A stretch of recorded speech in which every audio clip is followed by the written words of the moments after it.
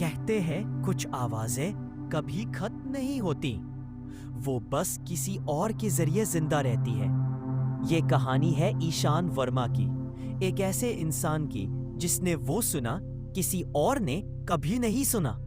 ईशान एक sound engineer था, लोगों के लिए संगीत बनाता था पर खुद के लिए खामोशी ढूंढता था।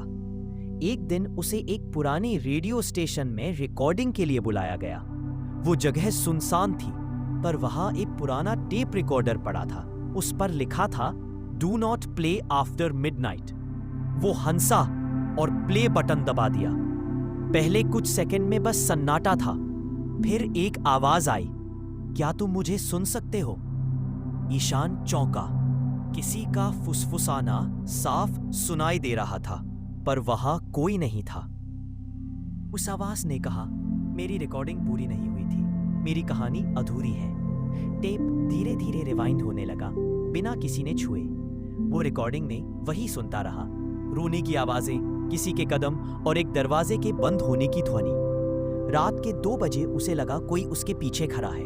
वो पलटा, पर सिर्फ माइक्रोफोन झूल रहा था। वो डर गया और स्टेशन से बाहर भागा, पर दरवाजा अपने आप बंद हो चुका था। सुबह जब वो घर पहुंचा, उसने देखा वही रिकॉर्डिंग उसकी लैपटॉप पर अपने आप कॉपी हो चुकी थी। वो फाइल खोलता है, फिर वही आवाज, अब तुम मुझे छोड़ नहीं सकते। ईशान ने समझा शायद वायरस होगा, पर जब उसने स्पीकर निकाले, वो आवाज स्पीकर से नहीं, उसके कमरे की दीवारों से आ रही थी। और हर बार जब वो उस आवाज को म्यूट करता, किसी करीबी का फोन आता और कोई बुरी खबर मिलती। पहले उसकी माँ बीमार पड़ी, फिर उसका सबसे अच्छा दोस्त सड़क हादसे में चला गया। हर बार उस आवाज के बाद वो समझ गया ये कोई आवाज नहीं, किसी की अधूरी कहानी है जो जिंदा रहना चाहती है। ईशान ने आखिरी बार टेप बजाया। इस बार आवाज बोली, अगर तुम मुझे पूरा सुनोगे, मैं किसी और को नहीं ढूंढूंगी। वो टेप 7 मिनट लंबा था, पर ईशान को सुनते हुए लगा जैसे कई घंटे बीत गए। हर सेकंड में वो किसी और की यादें, किसी और की मौतें सुनता गया। अगले दिन ईशान उस रेडियो स्टेशन लौटा।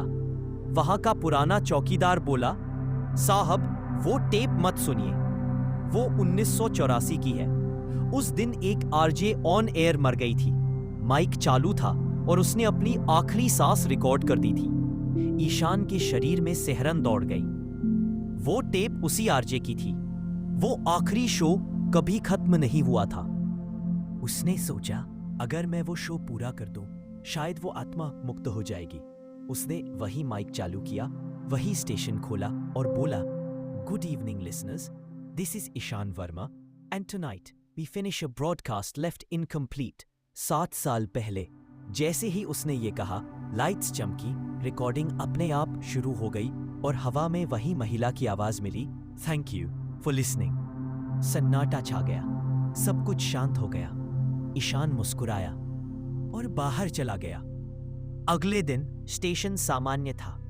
लोग बोले, बहुत सालों बाद कोई आवाज इतनी सच्ची लगी। पर ईशान कुछ बदला बदला सा था। उसकी आंखें अब भी किसी अदृश्य लहर को देख रही थी। जब वो घर पहुंचा, उसने अपनी रिकॉर्डिंग खोली। उसमें उसकी आवाज तो थी, पर उसके मुंह से वो शब्द निकले ही नहीं थे। हर लाइन, हर सांस वो बोल रहा था, पर ये उसकी आवाज नहीं थी। उसने पुराने अखबार खंगाले और एक फोटो मिली, 1984 के उस आरजे की तस्वीर। तस्वीर में पीछे वही कमरा था और एक कोने में एक आदमी दिख रहा था, बिल्कुल ईशान जैसा। वो चौंक गया। क्या ये कोई टाइम लूप था? क्या वो खुद 1984 में उस रात मौजूद था? उसने अपने कंप्यूटर में वो फोटो जूम की। वहां लिखा था, इंजीनियर ईशान वर्मा। वो कुर्सी पर गिर पड़ा। समझ नहीं पाया वो किसकी कहानी सुन रहा था या अपनी ही कहानी जी रहा था। कुछ हफ्तों बाद रेडियो स्टेशन पर एक नई आरजे आई, अनन्या कपूर। वो बहुत आत्मविश्वासी थी, पर उसके पहले दिन ही कंप्यूटर ने एक फाइल दिखाई, लास्ट ब्रॉडकास्ट ईशान वर्मा। जिज्ञासा में उसने प्ले दबाया। पहले सन्नाटा, फिर वही आवाज, good evening listeners, this is Ishaan Verma. पर इस बार बीच में एक नई आवाज थी, एक महिला की। Welcome back Ishaan. लाइट्स झपकी, रिकॉर्डिंग अपने आप चालू रही और उसके बाद स्टेशन में कोई भी नहीं मिला। आज भी कहते हैं अगर तुम रात के 2 बजे उस स्टेशन की फ्रीक्वेंसी 101 पर ट्यून करो तो वहां कोई नया शो बजता है। वो शो किसी आरजे का नहीं, वो उन आवाजों का है जो कभी पूरी नहीं हुई।